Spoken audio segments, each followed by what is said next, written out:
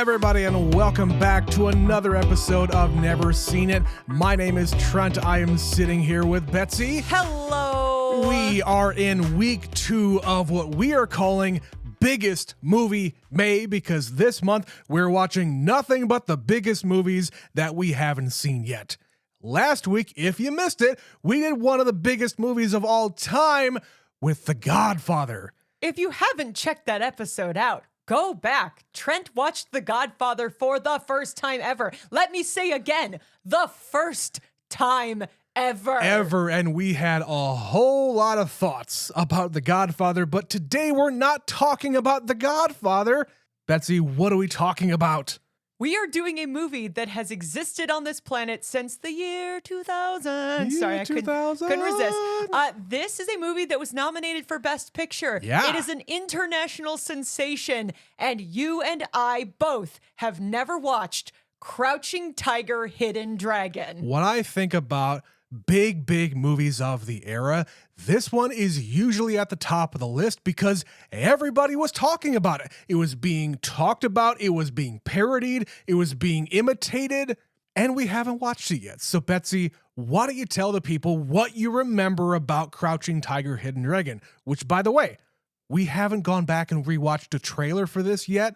Normally we do, but this time we haven't. So Betsy, going off of just your memory, what do you know? I know this is probably the most pure martial arts movie we have ever done on this podcast. Yeah. That's its big claim to fame. It's all the wire work, the way the movie looks. It's supposed to be just goddamn gorgeous. It's a movie set out in nature. I remember trees. Trent, I remember trees. Oh yes. I remember all of the people doing the wire work and having like the kind of lighter than air kind of a feel when they're just on the treetops, all the while fighting with another person. So at the very least, what I'm looking forward to is that. But do you know anything else about the movie, Betsy, as far as like plot or people or what? I know director is Ang Lee, Yep. Chow Yun-fat, and Michelle Yeoh. And I had to remind myself of this other actress's name, I think it's Ji Yang. I'm not exactly sure how to say that, but she was very big after this movie came out. She was trying to break in America, so I've seen a few things she was in. Those are the big ones. If there are other people I recognize, I don't immediately know that they're in this movie. I can't name them, certainly. And then as far as what the movie is, I have no idea, Trent. I don't know what this movie is. After this amount of time, I mean, I understand that maybe plot is not exactly what you're coming to Crouching Tiger, Hidden Dragon for, but I know it's got to be here somewhere. Oh, there's definitely a story, yes. Yeah. It's sort of overshadowed by the beautiful wire work and everything else they're doing around the movie. Yeah, the stuff that you already know. But as far as like, why haven't you seen this movie? I would think of all of the movies that we're covering for this year, this is one you would have sought out.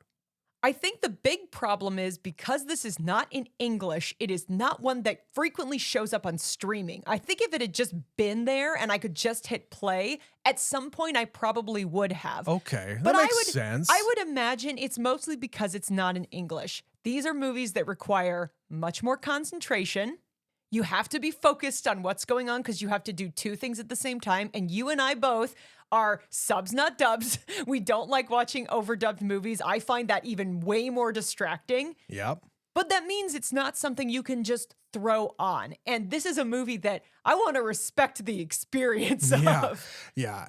And just going off of my own memory here, again, like I said, there's a whole lot of people who were talking about this movie. They hold it in very high regard. But I would say for the same reasons that you said, I never sat down to watch Crouching Tiger because of all those things.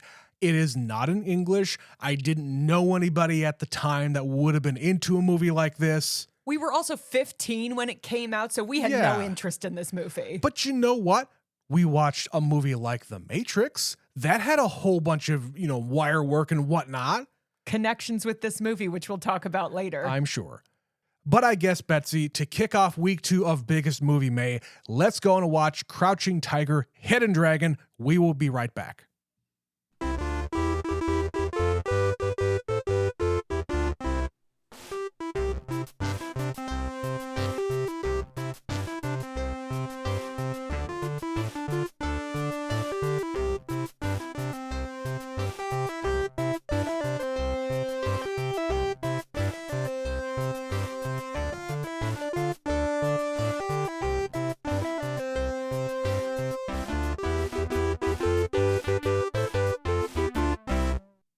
all the way from the year 2000. That was Crouching Tiger, Hidden Dragon. Betsy, what did you think of that?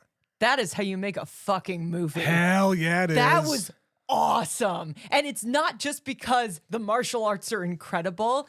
The story is actually really interesting, and it's exploring a lot of things in a time and a place where it's just like, wow, I shouldn't relate to this, and yet I can. I can understand the plights of these people.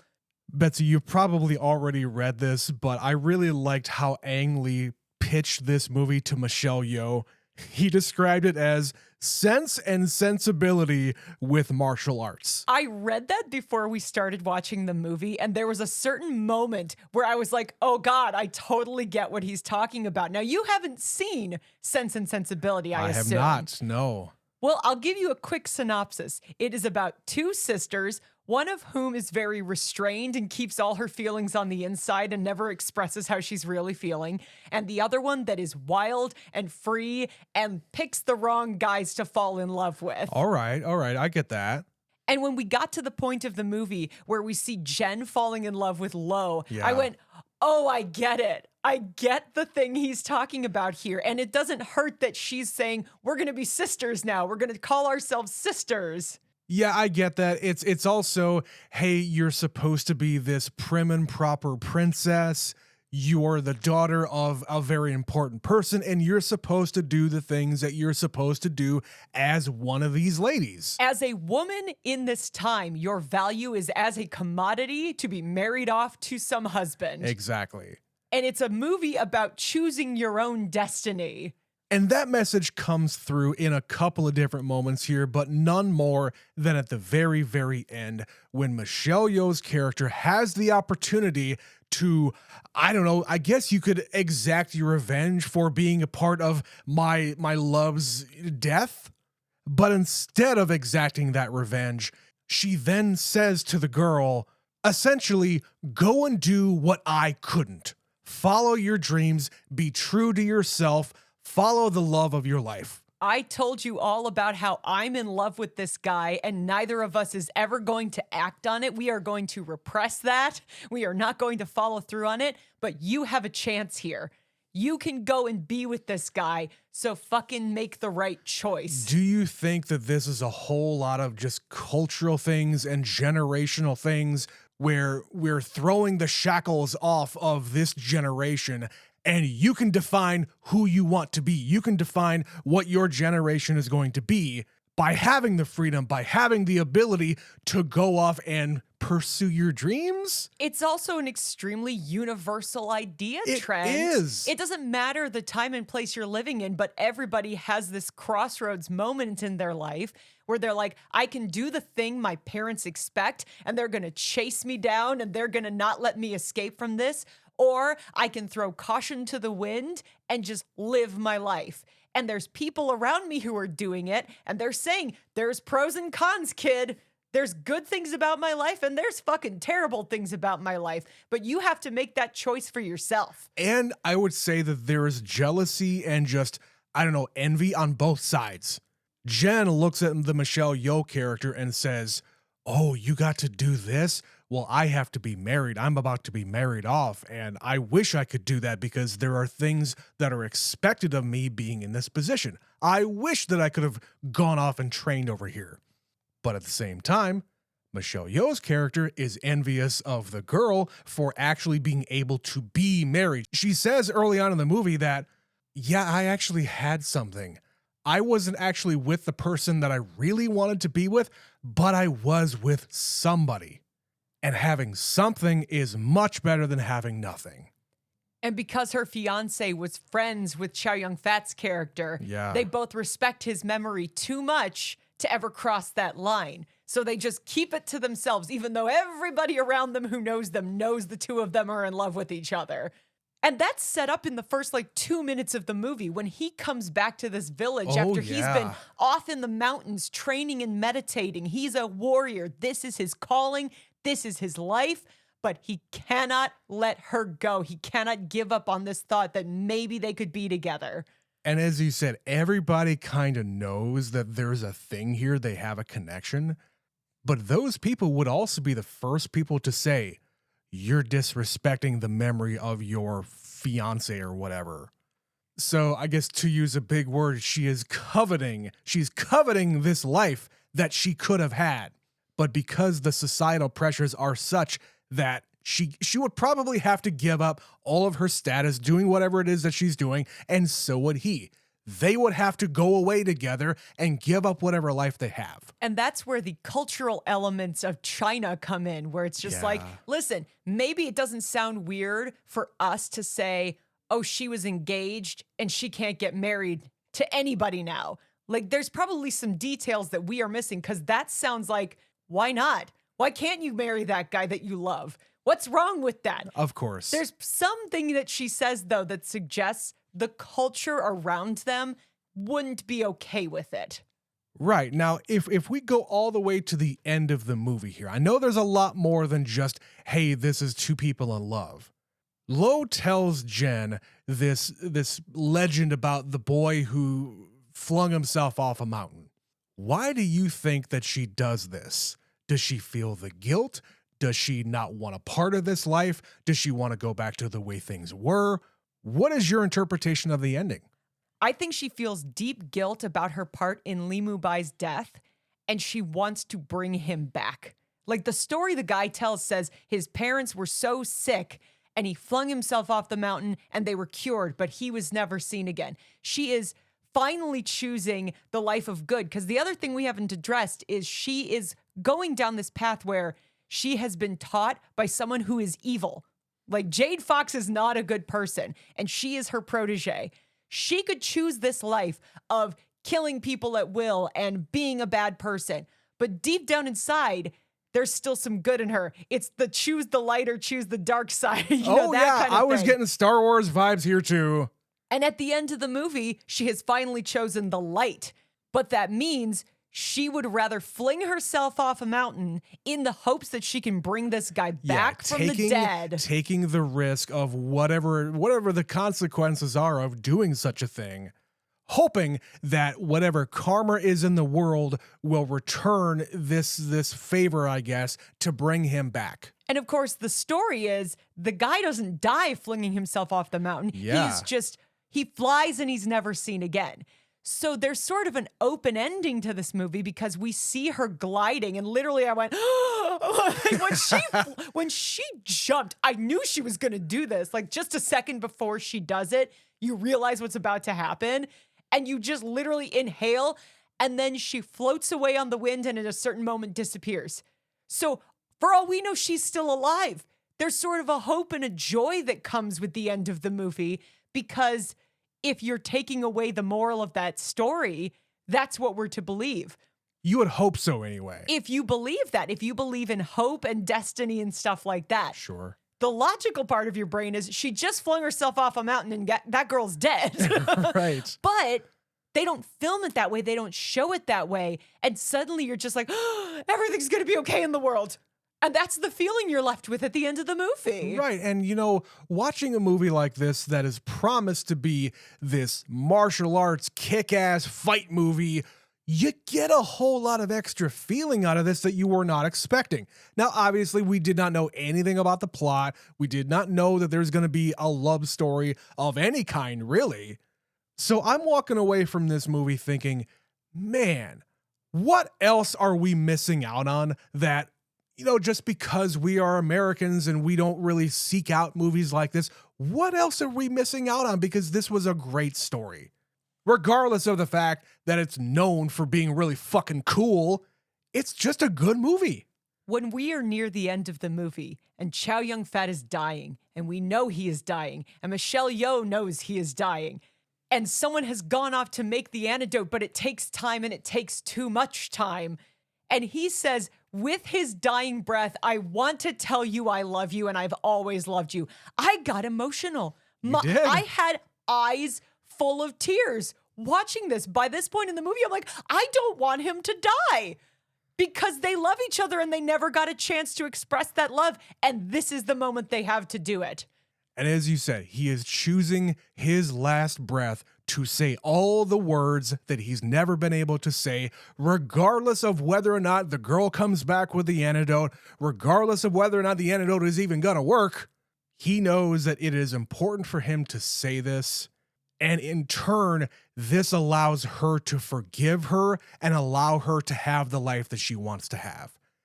Man, I know the movie is called Crouching Tiger, Hidden Dragon, but there's some hidden depth here that I was not expecting to happen with a movie that was billed as being this really kick-ass, fight movie.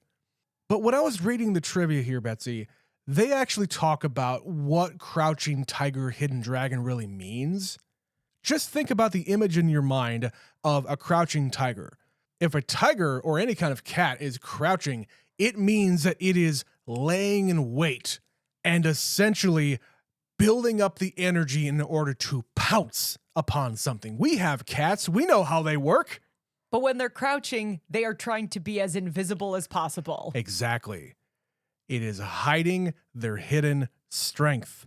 Cats are extremely quick and very powerful. The big cats especially. The whole idea here is that you have inner strength and you don't know what it is that you have until you unleash it. 2 out of the 3 main people here are women. You do not expect to have women be all kick-ass. But you know what? Those ladies are probably the most impressive parts of this movie. It goes back to what I was saying before. It is a time and a place where women were not considered people, basically. Mm-hmm. They had value as objects. They did not have value as individuals. And each of the 3 women that we see here are all proving how they don't fit into that mold. Even if it doesn't seem like it. When we first meet Jen, she's the governor's daughter. She is just this very prim, beautiful, put together girl. And then immediately in the scene after, you know it's her stealing the sword, and she has been secretly getting training from this woman who is her governess. And the big reveal is the governess is the Jade Fox. She is somebody who has been out there fucking up people's lives for probably decades. She's been in hiding because she's been hanging out pretending to be a governess. Yeah, and the whole thing with her, I feel like she wanted to go to this mountain and get trained, but she's a woman and she's not allowed to. So she does it in secret. And then she has this protege that she's bringing up in this way that she understands, but she doesn't realize that the protege has already surpassed her and is hiding it from her. Because she went to these people, this men's only group, and they said, no, we won't train you. So she killed the master, stole the texts, went on her merry way and taught herself. But she could only learn so much. Meanwhile, this prim and proper girl who is completely unsuspecting has managed to interpret the text in full and has been secretly surpassing her master for years. And it's not until this big fight scene with the 2 of them, it's like, oh God, there's 2 of the Jade Fox. What's happening here? It's Betsy, the Dread Pirate Roberts all over again. Exactly, Betsy. I was going to bring that up because you brought it up while we were watching it. It is the Dread Pirate Roberts all over again because if Jen follows the other path, she would just take up the mantle as the Jade Fox. Of course she would. And she would be probably stealing things and killing people and choosing that life of darkness and evil because that's what she was taught. That's who she was taught by. This is a woman who's not a good person. Even though she cares about Jen in her own way, the second she finds out that Jen is better than her, she turns on her and she's just like, you were holding out on me. Right. I could never get better. And now I'm going to fucking kill you. Versus Chow Yun-fat, who sees her fight once and he goes, you got some fucking skill. You're really fucking great. You're really good. How did you learn these secret moves? And she's like, I was just messing around. I'm just being like a silly girl. Which, Betsy, I mean, I know we used to bring up Star Wars a lot, but we gotta bring it up here. It's episode 1 and episode 2 where the Jedi recognize, oh shit, this kid, he's got something here, and we need to make sure that he follows the right path. Because if he chooses evil, it's going to be bad for all of us. And that's what Jen is dealing with here. She keeps interacting with Chow Yun-fat, and he could be killed at any moment. She has many opportunities to kill him, and instead, he's just looking at how she fights, and he smirks. There are so many times he's just stoic, and he keeps telling her, I want the same thing I've always wanted. I just want to train you. I just want to train you. But you know what else, Betsy? There's a forbidden love. There's a forbidden There's love. a forbidden love in both of these. She can't choose all of it. She has to pick her own path. And Jen is such a great character because we get to see what she is like when she is kind of getting really close, inching close to being evil. We get to see her be bad. We also get to see her come back to the light when she is just shifting back and forth throughout the movie. I'm like, shit, is she fully going to be the villain of this movie? Or is there still some good in her and she's going to realize the error of her ways? That's the dance we're doing throughout the movie. And even when we're in the flashback scene, right before they actually come together, she stabs the guy in the fucking chest. Even the guy she's gonna fuck in 2 seconds, she's like, no, stabby. He's got an open wound. He is bleeding profusely, and then they're gonna have sexy times. Okay.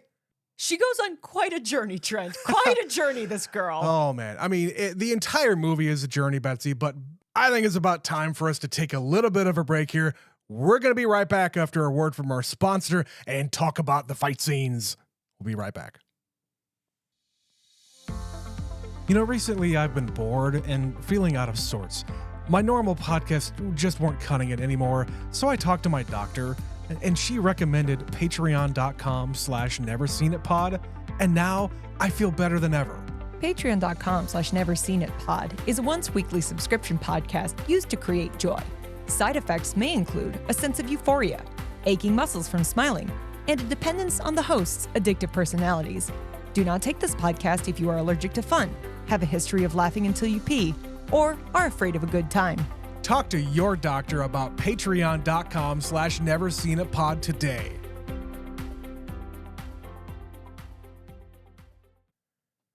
Betsy, I was wholly unprepared for as much as I enjoyed all of the different fight sequences in this movie. And it's not just the ones that you know about, where they're up in the treetops and they're barely hanging on. They're swaying back and forth and they're fighting that way. The other stuff that I knew about had to do with them kind of chasing each other on the rooftops and whatnot, and it's a stylized thing there. What I was most impressed by was all of the really, really close up shots where they're spinning around and just having kind of a dance with each other. Where it gets very hand to hand and we are in a compact amount of room that we are fighting. Yeah, every single moment in all of these fight scenes is endlessly entertaining. I got entertainment out of watching that because, again, it is like watching two people, or in this case, a lot of people, dance together. Including, I think, my favorite moment is when Michelle Yeoh and the girl, we don't actually know it's the girl yet, when they encounter each other for the first time, and Michelle Yeoh is like pulling her down by her feet with her feet. Like, don't go away. Come back. Where are you going? Come back down. Yeah, they're like foot fighting there. I don't know if I've ever seen any clip of that. That's my favorite thing in this movie. And it's fast, too. Ooh, yeah. There's a lot of stuff with the hands. There's a lot of stuff with the feet. And like the moment where she sort of grabs both of her wrists and pushes them against her chest. Yeah. And it's just this really powerful thing. It doesn't look like much of anything. But when Michelle Yeoh does it, it looks fucking kick-ass. It reminded me of, now this is going to be weird, but it reminded me of the Doctor Strange movies. Well, I'm sure that is because it's another martial arts fighting style. Yeah. I don't know exactly what they're doing in Doctor Strange, but I think I have a better example for you, Trent, because you mentioned The Matrix in the introduction. Oh, yes. I would like to offer my first choice for retroactively awarding someone the best choreography Oscar, not only for doing The Matrix, but Yun Woo Ping is also responsible for all the fighting in Crouching Tiger. He did both movies. So if you remember the scene where Neo goes into the training room with Morpheus, the same guy did both of these. And you can totally see those moments in Crouching Tiger where it's like, okay, you're using some of the same wire work. You're using some of the same framing. You're getting up close and personal when the director tells you, I want to get this really cool shot from like over the shoulder or something. Yeah, and with The Matrix, they try to ground it in a little bit of reality where not everybody can do all of the really crazy things that Neo can. In this movie, it's basically anybody who has been trained in this way, they can do all the crazy tricks, but it's fucking nuts. All these people are running on walls, they are floating up into the air. They basically just have to will it to happen, and then their body becomes weightless. And the actors are doing most of it in this movie. The three main people are doing it themselves, and then they just take the wires out in post. But I was just not prepared for how great the wire work was. Like, you're used to somebody like being on the ground and taking off one time, or landing one time. But in here, they are touching the ground for just a second and then immediately taking off. When they are running across all the tops of the houses, like you mentioned on the roof, they are just like up, down, up, down, up, down, over every single house. And you've got two people doing this. Choreographing that is fucking insane. And usually when I think about wire work, it's in these scenes where somebody's really, really strong and they throw a guy like behind a bar and they throw him into a bunch of glass or bottles or shit like that.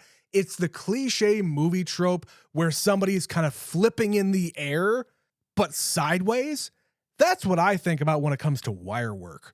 But this takes it to a completely different level that you've never seen in any other movie since. It is the ultimate in parkour. Exactly. Without the actual being able to do it as a human. Exactly. Which is maybe why so many fucking parkour videos got really, really popular after Crouching Tiger came out, because there's a whole lot of people where this is just their art.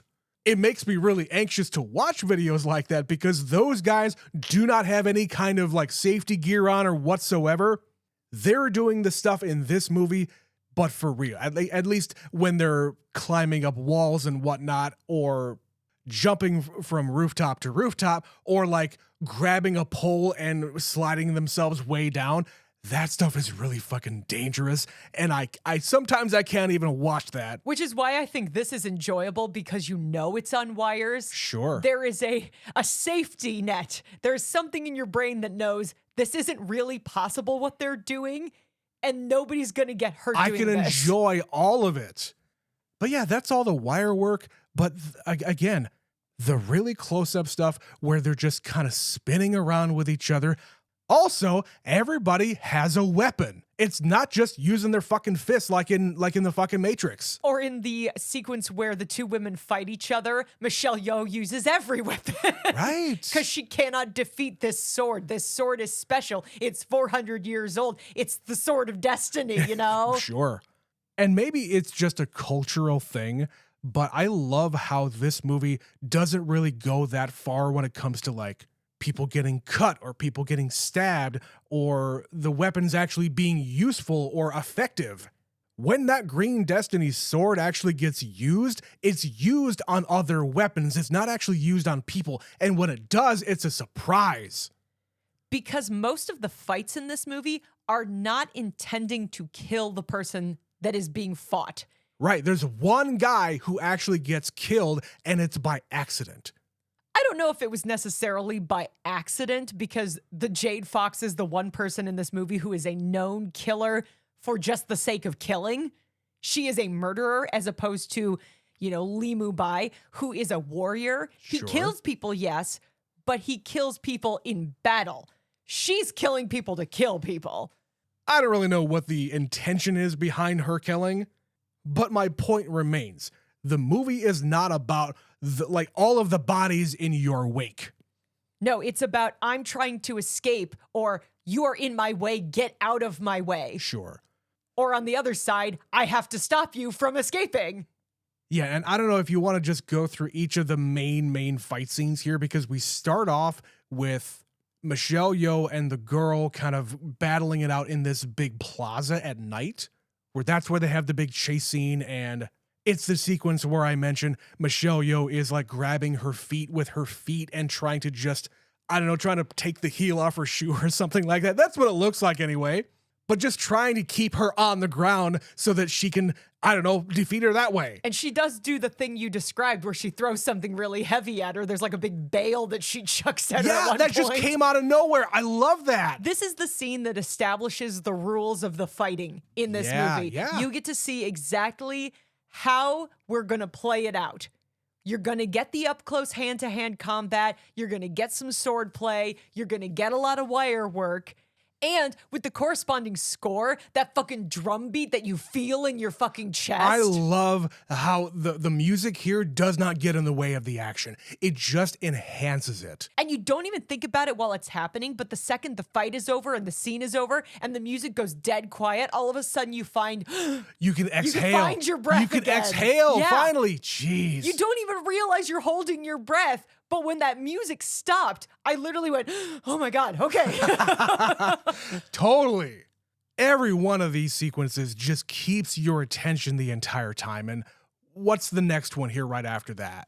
So the next one is when we find out the governess is the Jade Fox. And of course, Yeah. we've already seen the girl in the costume. So we're like, wait, what? Oh, I get it. There's two of them. She has trained the younger generation. Now there are two of them. First time I've ever been able to say that on a podcast. I say that to Betsy all the time. We say it a lot. Speaking of Star Wars. But yeah, I really like this sequence because it actually gives you the variety of the different fighting styles. You get the variety of all the different weapons. These other people have their specialty, and the Jade Fox has hers. We also get her motivations. She says, I went there, they wouldn't train me, and I was pissed, so I took it out on them. My favorite moment in this fight sequence, Betsy, is when the Jade Fox is behind, I guess it's the guy that they call Bo. She hooks up her weapon to his weapon and is manipulating his weapon while she's behind him. That was my favorite moment of that scene. There's a big staff, and he's just like, what's happening? What's happening? What's happening? Right. She is controlling him. It's so great. And she fights dirty. Like, she is just all over three people, and she wins. Like, there's the moment where the guy screams, careful, she's gonna paralyze you. And she goes beep, beep, boop on his chest, and he freezes, and he can't move. It's like the thing in Kill Bill. Trent, I literally was thinking about that because this movie was so successful. I was reading about like the effect it had. And if you remember the early 2000s, we got a wave of these being imported into America.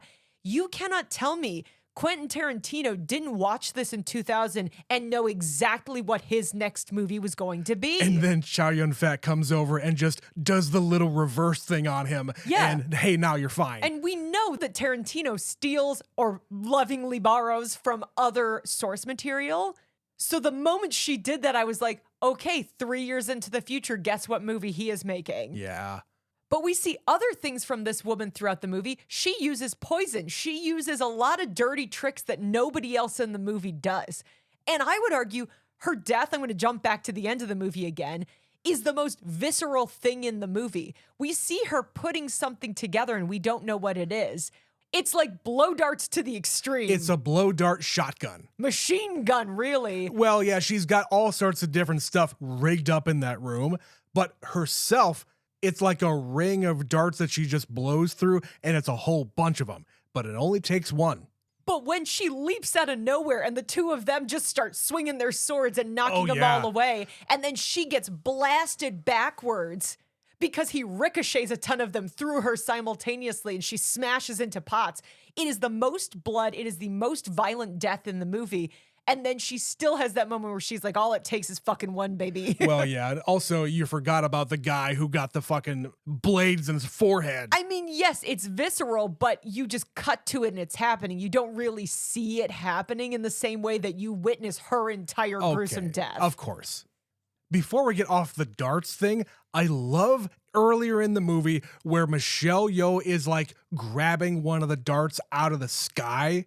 There's a lot of people who do that where they're just like, yeah, there's another one. There's a message being shot at the detective guy, and I can't remember who it was that grabbed it, but yeah, he grabs it out of the air with fucking chopsticks. Wow!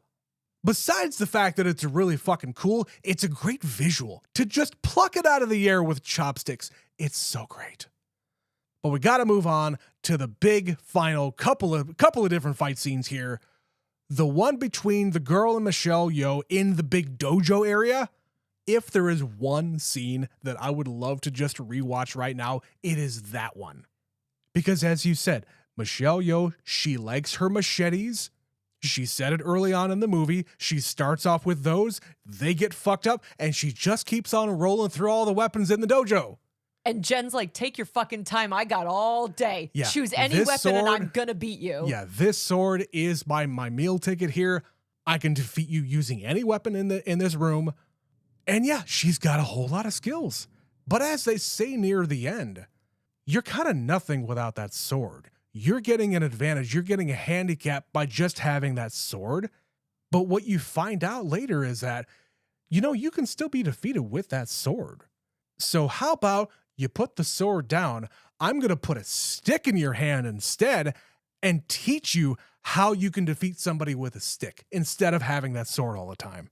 I could give you all these secrets. I keep trying to tell you. I'm happy to do it. You just have too much of your own self-worth and ego to actually stop for a second and listen to me. I feel like this is a weird metaphor. The sword is her shield.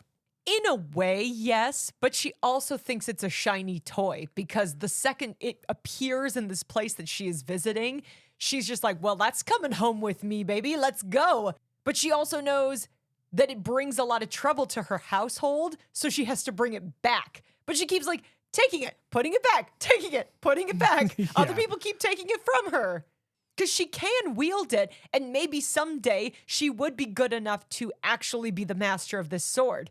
But because she hasn't had the proper tutelage, she will never be as good as the person who actually is a master in this craft, which is why she says, I'll give you 3 tries to get it from me, and he does it in 1. Yeah. It was very easy for him to remove that from your hands. If he really wanted to mess her up in a lot of different ways, he could have done it. And that's what's so impressive about him. And why the end of the movie is so devastating. But what else do we have here? We didn't talk about the restaurant scene, the fight in the restaurant, where she goes in there, gets herself a seat, and all of a sudden, I think it's because of the encounter outside, where the 2 guys are kind of confronting her, and she embarrasses them in her way. She goes in the restaurant, she sits down, and all these guys start piling in front of her, basically challenging her to a duel.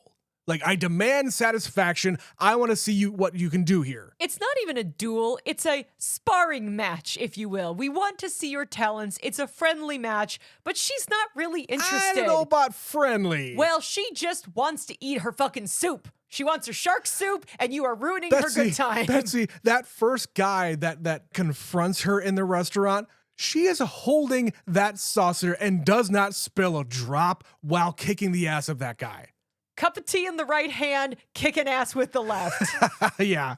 And then she just proceeds to just lay waste to everybody in there. And the best part of this entire sequence is the end of it, when Michelle Yeoh and Chow Yun-fat come in there, find out what she did, and there's a complete lineup of everybody in their slings and bandages and complaining, oh no, why did she do this to us? We just wanted a friendly fight. Oh man, that is the funniest moment in the entire movie. But this is also the sequence where you see maybe this is what she would be like if she chooses that road of evil. Yeah. Because she's like an egomaniac and she knows she can beat all these guys, but she's letting it go to her head, and she's just like, I am this and I am that, and I'm the greatest fucking fighter in the world, and I defeated that dude, and that's why I have his sword, and fuck all you guys, you're in my way. I was just trying to eat my lunch. Like, what is up with you? And then it cuts to the end of the fight where the place is literally collapsing around her. Yeah, I think the staircase falling down is just the great coda to the end of that entire thing. But there's really one more fight that we got to talk about here, and it kind of goes along with the fact that this movie is just goddamn beautiful in a lot of different ways. The treetop fight. Now, this is after they're kind of escaping from that whole area. Both of them are really trying to show off what they can do. And like in the rest of the movie, Chow Yun-fat is completely nonplussed by all of her skills. You think, oh no, he's falling and he's being defeated or whatever. No, he's just falling down there and gonna trip her up by moving one of the branches. I'll make another movie reference. Batman Begins. The part where they're fighting on the ice. Uh-huh. You think, oh, he's winning, he's winning. No, he is not minding his own footwork. He doesn't think about his surroundings and he loses that fight because the guy he is fighting is better than him. And it's the same thing here, where he just wants to show her how to do this better. I see the potential, do this all day. Yeah, you can think you're winning this fight, but you're not. He takes the sword away from her in a second, and then he chucks it in the river. He's like, this is how little this sword means. This is how unimportant this weapon is. This is just a tool. It's a really old and good tool, but you are better than that sword. But as far as the beauty is concerned, that singular shot of the sword piercing the water and her diving in right after it, wow. Literally, I'm picturing it in my head again as I'm talking right now. Again, you don't see a whole lot of underwater shots like that are done very, very well, where you can see everything.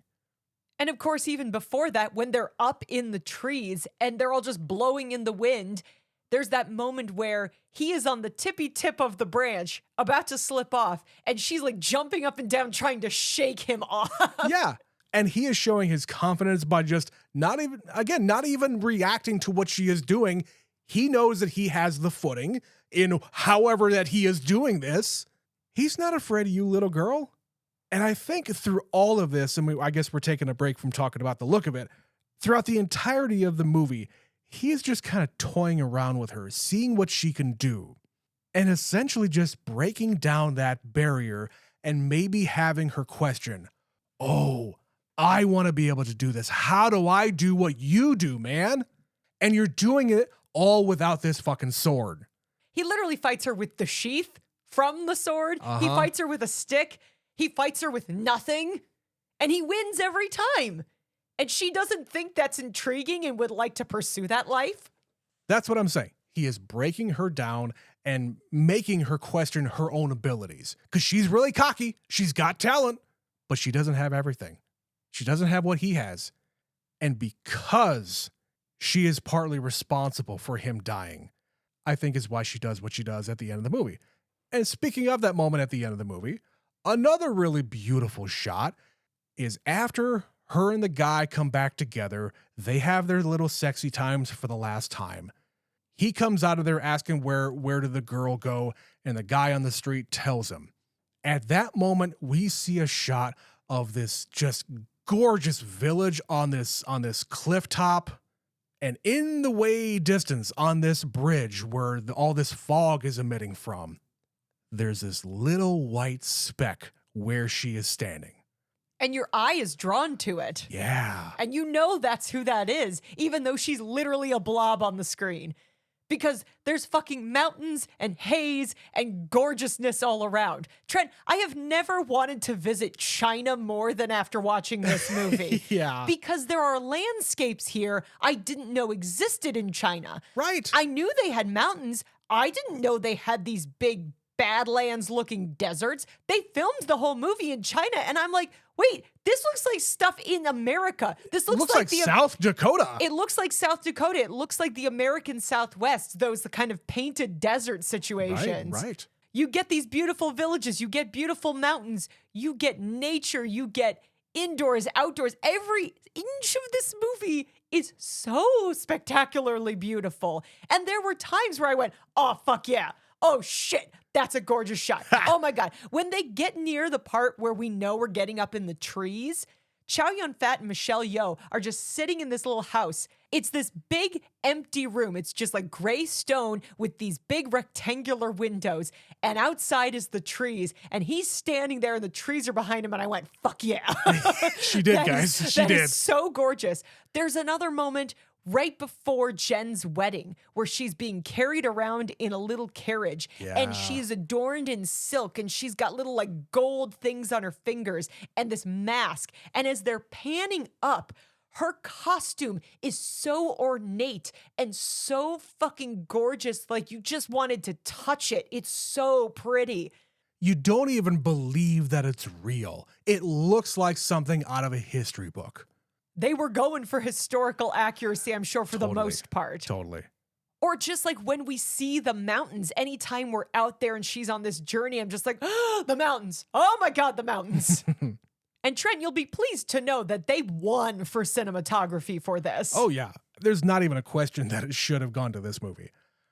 The last thing I can't believe I forgot to mention, it's another very stylized thing that is only done once. After the battle with the Jade Fox and the girl, they're kind of escaping away. She has this little ribbon that she is twirling behind her to propel her over the walls and escape. Amazing. Again, it's done one time. It looks fucking gorgeous. It looks like it's from a fucking Miyazaki Studio Ghibli movie. Come on. And that just kind of goes to the entirety of how this movie looks and how it is shot. It is a dreamlike wonderland that you just want to witness. And I cannot believe it has taken us this long to watch Crouching Tiger, Hidden Dragon. But guys, because we were doing Crouching Tiger, Hidden Dragon for Biggest Movie May, every May that we've been doing this, Betsy's actually doing a little bit of research beforehand to get some facts and figures and just tell me why this movie was as big as it was. Oh yes, Trent, and I have many facts for this one like I did The Godfather. So, to begin with, this movie was nominated for 10 Academy Awards. It won 4 of them. Wow. So yeah, when I say... I did not know, wow. Especially in the age where it was 5 Best Picture nominees. So it won for Best Cinematography, Best Original Score, Best Art Direction / Set Decoration, I guess you'd call it production design now, Yeah. and Best Foreign Language Film. But it was also nominated for Best Picture, Best Director, Best Adapted Screenplay, Best Costume, Best Editing, and Best Original Song. But yeah, this was one of those rare times, especially back in those days, where the movie was nominated for International Film and Best Picture. It did not happen a lot in the early 2000s. Definitely not. And it really didn't happen again. Was it Parasite that was the next one that had happened? I don't know where it started becoming more common, but now it happens all the time. Like every year we have double nominees. Which I'm okay with. I mean, I said before, I want to know what I'm missing out on from the rest of the world. Well, and speaking of that, Trent, in 2001, because this movie was made in 2000 but didn't get released in America in a wide way until 2001, this movie became the first foreign language film to earn over $100 million in the United States. It had never happened before. And I can't imagine that they had a huge marketing budget behind it. I feel like a lot of this movie is word of mouth. Now, obviously, the internet existed. We didn't have social media back then, but people were talking about it. It was everywhere. It was, like you said, talked about, parodied. Everybody was at least aware this movie existed. But to date, this is the only martial arts film to be nominated for an Academy Award for Best Picture. And again, to emphasize the popularity of the movie, it cost about $17 million to make. It had a worldwide gross of almost $214 million. It was a huge, huge success. The film is included in the 1001 Movies You Must See Before You Die, which I actually got that book for Christmas and I haven't dove into it yet, but I really want to go because I've seen a lot of these even just in the last year and a half between stuff we're watching on the podcast, stuff we're watching on Patreon. I really want to just scribble the shit out of this book and annotate it. And then most recently, if you remember last year, the New York Times put out their list of the 100 best movies of the 21st century. This movie ranked number 16 on their list and number 81 on the Reader's Choice edition. Also last year, Rolling Stone did the 100 best movies of the 21st century. So they did their own list and they had it at 79. And then this is just kind of a fun fact. The guy who actually won for score, he had 2 weeks to do it. He did the score in 2 weeks and he won an Oscar. You know, I've heard similar things like that where the composer comes in, they say, well, give me this. What's the vibe here? Yeah, give me the vibe here, and I'll just, pluck out a few things here and there, and you win Oscar Gold. That's art for you. But all right, Betsy, Crouching Tiger. I'm really glad that we chose this one. I was a little bit apprehensive here because, anytime we cover a foreign language movie, I have no idea what the reaction is going to be of our listeners. I don't know if anybody still cares about Crouching Tiger, but clearly if it's showing up on all these fucking lists, yeah, people still care. And when we were putting the lineup together, we're like, well, if we already did The Godfather, We need to match that energy. We need to go big, Trent. This is Big Movie May. Biggest movie May, Betsy. It didn't become Biggest Movie May until we had our 5 movies lined up. So we still have 3 more weeks of this shit, you guys. You are not ready. You're not ready. All right. Give us just another minute here and we'll tell you what we're doing next week. Of course, we want to hear from you folks.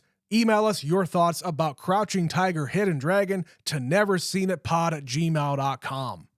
Just to go back a couple of weeks to our last series, we got a couple of emails about Almost Famous. First off, I'm going to read Stephanie's email. It's very short. The next one is not so short. Stephanie says about Almost Famous. I was a little young when this movie came out, and it is definitely not a movie my parents would watch. So I saw this one a few years later when I was in high school. The acting is so good, Kate Hudson is so charismatic, and every member of the band is pitch perfect. Overall, this is such a great movie. Love you guys from Superfan Stephanie. Agreed, Stephanie. Agreed. Another movie from 2000. Yeah, no doubt. Next, this is going to be a long one. This one comes in from our listener, Aaron, who titles his email, I am a golden god. Hey, Betsy and Trent. I have been interacting with you two, albeit more with Betsy on Instagram for a while now. Yeah, you're not going to really catch me specifically on any kind of social media interacting a whole lot. It's just not what I do. If you want to get in touch with me specifically, go to the podcast account and Betsy will show me. Anyway, he says, more specifically, since you did your guest spot on the Revisionist Almanac, I've been tuning in each week ever since. Well, thank you. That's like a year ago, so thank you. That's some secret dedication. Also, by the way, we're going to be on that show again in like a month or 2. It's coming up. It's coming up. Continuing on, he says, I originally intended to write in about Josie and the Pussycats as it's a movie I thoroughly enjoy, but I lost track of time. Coincidentally, Betsy shared my short blurb of a thought that I shared with you on Twitter, and I felt so called out that I knew if I didn't finally write in, Betsy would unleash her bird friends and attack me. Alfred Hitchcock's The Birds, by the way. Anywho, back to Josie and the Pussycats. If you ever want to read something funny, look up Roger Ebert's half-star review where he trashes the movie for having so much product placement, more or less missing the point of said product placement. So we've been watching a lot of old episodes. This is really strange. This is really recently we've done this, so it was weird when we got this email. We've been watching old episodes of Siskel and Ebert where they're doing... And Ebert and Roper and all the other episodes. But they've been doing their worst movies of the year list. And best movies. We've been just watching stuff on YouTube having to do with their show. And we watched the one from 2001, and I was waiting for him to say it, but apparently he didn't hate it that much because it didn't make his 10 worst movies of the year. Right. But I'm going to have to find that because I'll bet if we keep checking, we'll find the corresponding episode for that. I love how all of his stuff is just still up there. It's so great. Anyway, back to the email. However, let me get to the main reason I wanted to write in. Almost Famous. I cannot express how much I love this movie. All right, end of email. It ranks 3rd in my top 10 favorite movies, and I've been secretly hoping all month that one of you haven't seen this movie in the small chance that it would be covered this month. Imagine my glee when it actually ended up happening. Yeah, we had to wait until the final one, man. It's the big one out of that entire list. You can always count on Trent to not have seen something. Oh, yeah. He says, I quite literally started clapping and a few of my coworkers stared at me with confusion. Yeah, I am a proud dork. We welcome dorks on this podcast. As for the movie itself, I have to start with the award-winning script, which is so beautifully written with so much passion and love for music. Fun fact, Cameron Crowe has stated that the majority of the movie's budget went towards securing the rights to the vast number of songs used in the soundtrack. Yeah, there are certain movies like that where it is necessary to spend a lot of money to get those songs. Right. And then there's the acting. I could gush for ages about the performances, but instead I will center upon 2, Kate Hudson and Jason Lee. Hudson gives Penny Lane so much depth and vulnerability that in lesser hands, the character could have easily felt extremely one-note and generic. It isn't the big scenes and moments that define the character, rather Hudson focuses on the small, subtle moments to speak volumes. Nothing breaks my heart more than seeing a tear run down her face as she asks what kind of beer she was traded for. When I think of the greatest supporting actress performances, I always think of her. Yeah, I had the same thought about that scene, and I also said the favorite moment in that movie is her out on the floor in that venue, just vibing, dancing around, having a good time. He says Jason Lee is a little different. Lee will always be an actor that will struggle with being a leading man, but never fails to deliver a strong supporting performance. He is the rock star of this movie and is so full of opinions that it isn't until he actually reads his own words on paper that he realizes that he, in his own words, sounds like a dick. I love Lee in this movie because he's proud to be a rock star, angry that he doesn't get all the attention, yet wishing that not all the eyes are on him. It's this weird contradiction of want versus need that solidifies his place in being amongst the strongest supporting characters. I said it during the episode. I think he's the unsung hero of this movie because a lot of people's performances overshadow his, but he is also really good in it. He gets some really great moments. You're right. He finishes up by saying, by the way, this actually came in before the episode came out. He's just telling us what he thought about the movie before he listens to the episode. I hope you liked it, by the way. He finishes by saying, I'm glad the two of you are covering this movie, and I cannot wait to hear your thoughts on what I consider to be a masterpiece. Take care, from Aaron. Thank you, Aaron. Yes, I do interact with him sometimes. If I don't respond, I've just been very busy lately. I do see all the messages, though. Oh, yeah. Social media is weird in that way.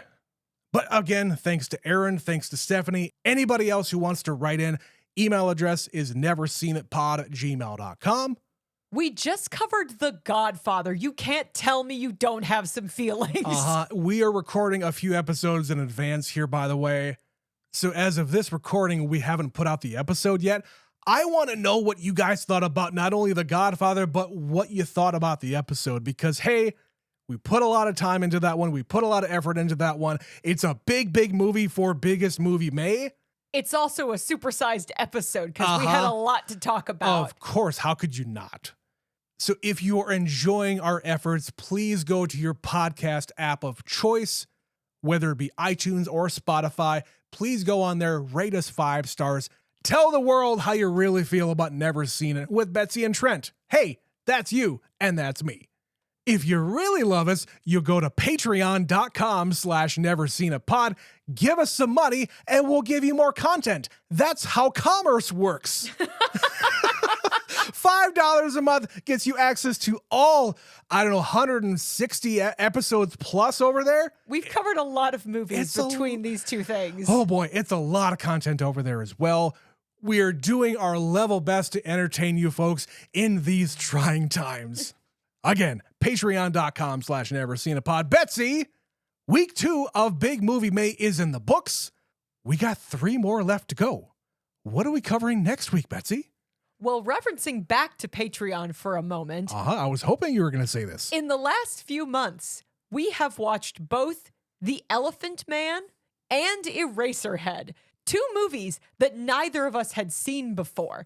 So we have begun our journey with David Lynch, and no journey with this filmmaker would be complete without watching Mulholland Drive, a movie that I have seen one time and Trent has never watched. So next week, we're going to be seeing Mulholland Drive together. It is a long and strange road that we have started to go down. With all the Patreon stuff I've already seen, I'm very much looking forward to Mulholland Drive because so far, I'm really intrigued. So you're going to have to come back next week for another episode of Never Seen It. Until then, my name's Trent. My name is Betsy. We'll catch you then. Bye-bye. Bye.